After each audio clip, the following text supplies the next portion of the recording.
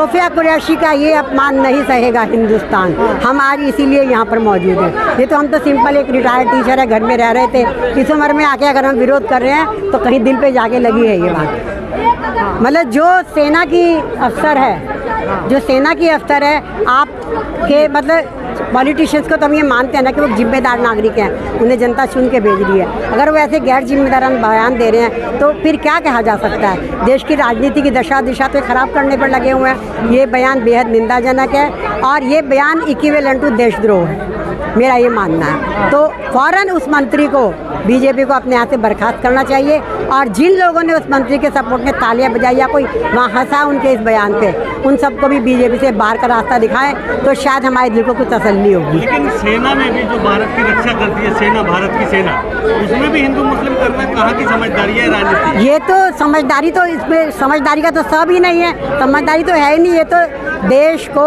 गृह युद्ध की आग में झोंकने का काम हो रहा है और ये बहुत ही खतरनाक मोड़ पे देश को ले जा रहे हैं। इसमें कोई समझदारी नहीं, इसमें विशुद्ध राजनीति है, क्योंकि बीजेपी की राजनीति सिर्फ हिंदू मुस्लिम नफरत पे चलती है और किसी चीज़ पे उनकी नहीं है और उनके पास विकास का कोई एजेंडा नहीं है। आज तक अभी मोदी जी को आपने कोई अपना फ्यूचर प्लान बनाते हुए देखा है और या कोई उनके वायदे पूरे हुए हैं? उनसे आप किसी एक सड़क के निर्माण की बात में भी आप 4 सवाल पूछ लो, वो आपको जवाब नहीं दे सकते, क्योंकि टेक्निकल नॉलेज कोई भी, मोदी को तो छोड़ दो, उनके मंत्रियों के पास नहीं होगी।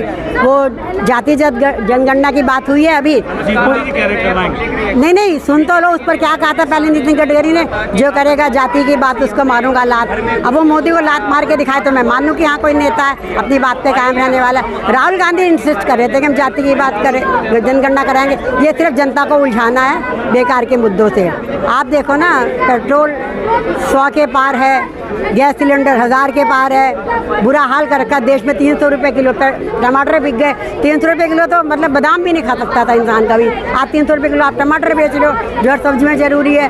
भाई लोग, मंत्री को क्या सजा मिलनी चाहिए? मंत्री को देशद्रोह के आरोप में जो सजा होती है वही सजा होनी चाहिए। अब देश कह रहे हैं कि मेरी बहन है, वो बहन से बदकर है। मतलब तू पहले बहन को गालियाँ देगा और फिर तो कहेगा वो मेरी बहन है। अपनी सगी बहन को दे के दिखा गाली तो मैं जानूँ तेरे माँ बाप तेरे को कूट देंगे पकड़ के वहीं पर। सगी बहन को कौन माफ़ी मांगने से क्या होता है? आप किसी का कत्ल कर दो और माफ़ी मांग लो, वो माफ़ी कौन मांग लेगा? फिर तो कल को बलात्कार भी कह देगा कि मैं माफ़ी मांग रहा हूँ, ये मेरी बहन है, तो क्या आप उसे माफ़ कर देंगे? लेकिन जिसके दिल पे जो लगी है उसका हिसाब कैसे होगा? उसका तो कोई ना कोई कंपनसेशन होना ही चाहिए। उसके दिल पे तो कितना सुलग, जब हमारा दिल सुलग रहा है तो क्या उसका दिल नहीं सुलग रहा होगा कि मैं देश के लिए अपनी जान दे रही हूँ और मेरे साथ ऐसी बत्ती मजाक कर रहे हैं? ये बहुत बुरा, ये अक्षम्य अपराध है मेरे हिसाब से, देशद्रोह के बराबर है।